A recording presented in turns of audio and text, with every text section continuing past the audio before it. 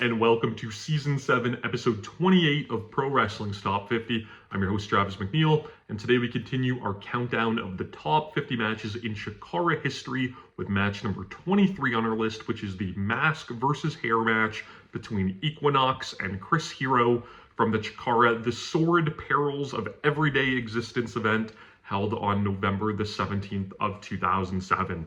This was the match on the countdown that I maybe had the most difficulty placing because it is one of my all-time favorite CHIKARA matches. I honestly could have justified it being in the top 5, but there are a lot of matches that are technically better than this one. This is one of those matches where I look at as an overall package, and what, all of the extracurriculars and the post-match and the story leading up to it and the ramifications it would have historically going forward, where they do count for something, but then I have to, really weigh, how fair is it that, all of those extracurriculars, which elevate this match so much in my book, is it fair that this match ranks higher because it has that than a match that, bell to bell is, 100 times better, but doesn't have all of that, extra impact. So really, really difficult. My benchmark match I always kind of use for that is I talk about Raven and Terry Gordy from ECW. When I did my ECW countdown, that whole start to finish segment is probably my favorite segment in ECW history. The match itself between, bell to bell is great. But, ultimately you can't put that over a lot of the other ECW classics, just because of everything else after the fact. So same thing here, but because the post-match is directly related to this match, I consider it a little bit more of the bigger picture. But ultimately, it ranks at 23, great ranking, great match. But, in my heart, one of my all-time favorite CHIKARA matches, far beyond what this ranking might indicate. The story for this match is incredible. So Equinox kind of came into CHIKARA in 2005, lower card, luchador. I don't want to sound slanderous here, not the most crisp performer in the ring. A lot of sloppy maneuvers, botches, things like that. But the dude, he had a bit of a connection with the crowd. He tried his best. Unfortunately suffered a lot of concussions and stuff like that along the way.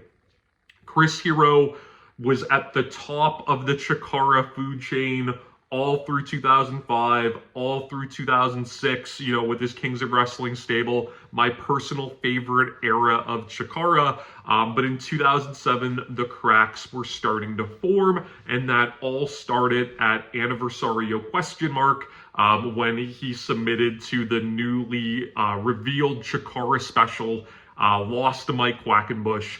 And from there, it just became a almost rock bottom plummet for Hero, where he would lose to Technico after Technico after Technico, submitting to the CHIKARA special, being thrown off his game. And that led to ultimately his most embarrassing defeat when he was pinned by lowly Equinox with a backslide in Reading, Pennsylvania, right before this match happened. So the Hero and Equinox singles match was already signed.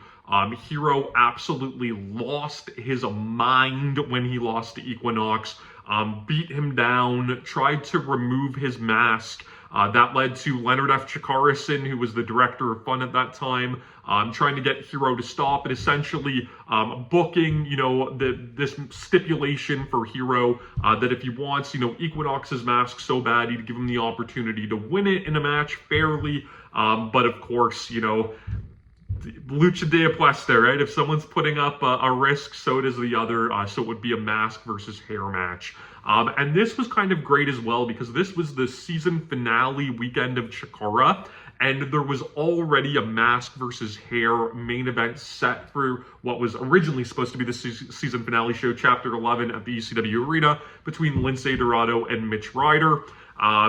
A lot of times when you see a mask versus hair match, it generally is the heel losing the hair because hair grows back unless you're follically challenged like myself.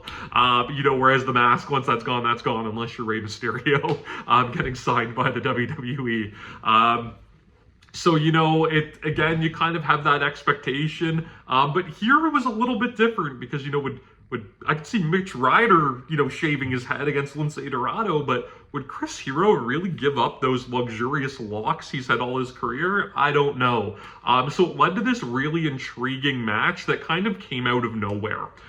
This match is held in Hellertown, Pennsylvania. I love Hellertown, Pennsylvania. Like I've said, I went to Chikara shows there. There used to be this great little restaurant nearby, I believe called the Crossroads. I watched a Young Lions Cup in Hellertown, where I sat beside, this lovely older woman from the Hellertown Free Press that was there covering the show that got so into it, cheering the faces and booing the heels. I've got great memories of that place. It's the holiday season, so it's all decorated for Christmas and stuff like that. And my gosh, it just warmed my heart watching it, 15 some years later, when doing, doing this countdown project. This match, though, bell to bell, it's really great. It's the classic, bully versus underdog. Chris Hero is amazing in this match, just beating down Equinox and being ruthless and talking trash. Equinox, really has the match of his life up until this point. Where he's, a lot more on his game. The crowd is 100% behind him. He gets all of these great near falls right at the start off of roll-ups, having just beat Hero with a backslide prior to this one that seemed like they could be legitimate finishes and get the crowd pumping. Bryce Remsburg, is the referee for this match. And, I had a video a couple of episodes back, the Kingston and Jigsaw match, and I criticized Bryce a little bit, with overacting and stuff like that. But in this match, he's really great adding to it. There's a point where Hero's going for Equinox's mask, and Bryce is like, if I, DQ you, if you remove his mask, which is a disqualification under Lucha Libre rules, you lose your hair. And it was just a great way of, Bryce kind of, throwing around his authority, but doing so in a way that makes sense, not Earl Hebner standing up to your monster heel, Bryce, who clearly would get demolished by Hero, being able to flex his muscle in a different way that, affects Hero, but not physically. It was really, really good stuff that really added to the overall package of this match. Hero, again, like I said, he's so great in this match. There's a extended segment where he takes Equinox to the floor and just beats him up in front of the fans. But then Equinox starts to get going and he hits head scissors off the guardrails and arm drags into all the seats and everything like that. And it's a really fun match. He gets a great near fall off the backslide, hits his sloppy standing shooting star press for a great 2 count. It's all really, really great. But what I'll always remember about this match is the finish. So, we talked about the Chikara special basically being Hero's kryptonite, Quack developing this move, teaching it to all the technicos, revealing that he's eventually going to teach it to all the heels. So when, ultimately Hero backstabs and double crosses every single one of them like he did to Quack, they would be able to use the hold against him as well. But in developing this hold, he also developed a counter for it. That's kind of where, the next several years of Chikara would all kind of stem from a moment in this match where Equinox gets Hero in the Chikara special, and all of a sudden Chris Hero is able to counter out of it. Mike Quackenbush, say what you will about the person as a person, but he was so good in his role on commentary in this match. Just mentioning that's the counter to the Chikara special. I've taught people that Chris Hero should not know that counter to the Chikara special. And it ultimately led to this storyline of who was the mole in the Technico locker room that taught Hero the Chikara special. We would end up finding it would be Shane Storm, who was Quack's longtime tag team partner, because Shane Storm needed a win. So it led to him revealing the Chikara special to Ultramanus Black in exchange for Ultramanus Black using the Eye of Tyr to basically hypnotize Hydra into losing to Shane Storm to give Shane Storm the win he needed to get back on track.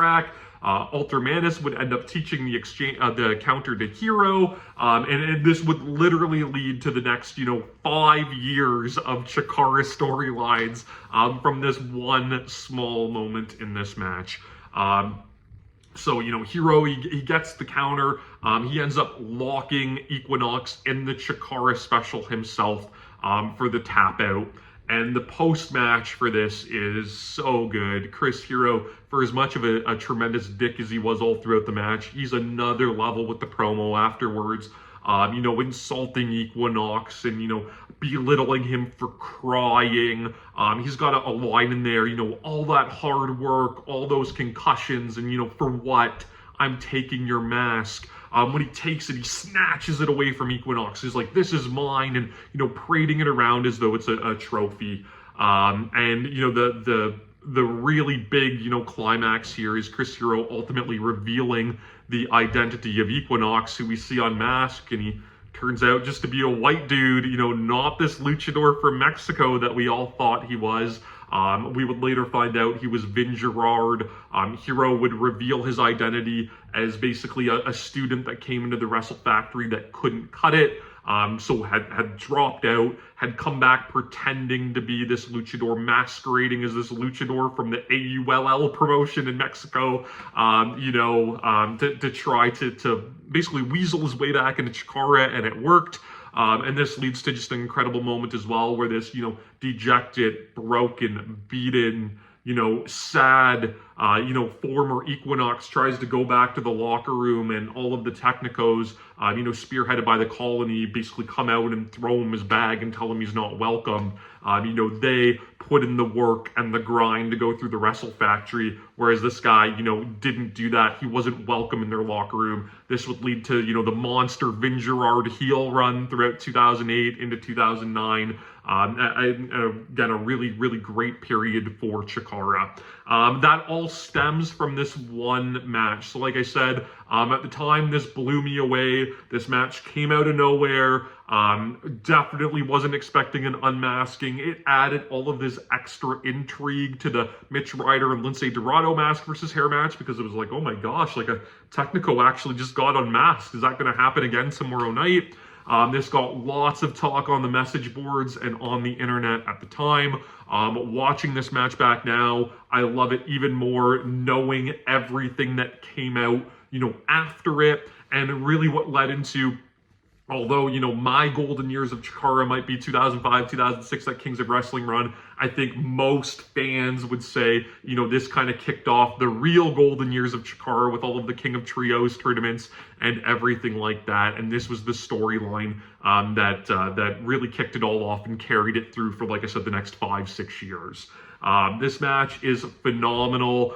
Definitely the career high. Well, I don't want to spoil anything. Maybe not the career highlight of Vin Gerard, Gerard Derling, Equinox, whatever you want to call him, Stan Malibu, if you will, but definitely, up until this point, a career best performance for him, and just, another notch on the incredible belt of Chris Hero, being one of the most versatile wrestlers of his generation, and honestly, in my opinion, being one of the best of all time, whether he'll ever get that full credit that he deserves or not. You can watch this match, of course, on independentwrestling.tv. Subscribe to my channel here on YouTube so that you never miss a video. Follow me on Instagram and Twitter at Wrestling50. And please join me again next time as we continue to count down Pro Wrestling's Top 50.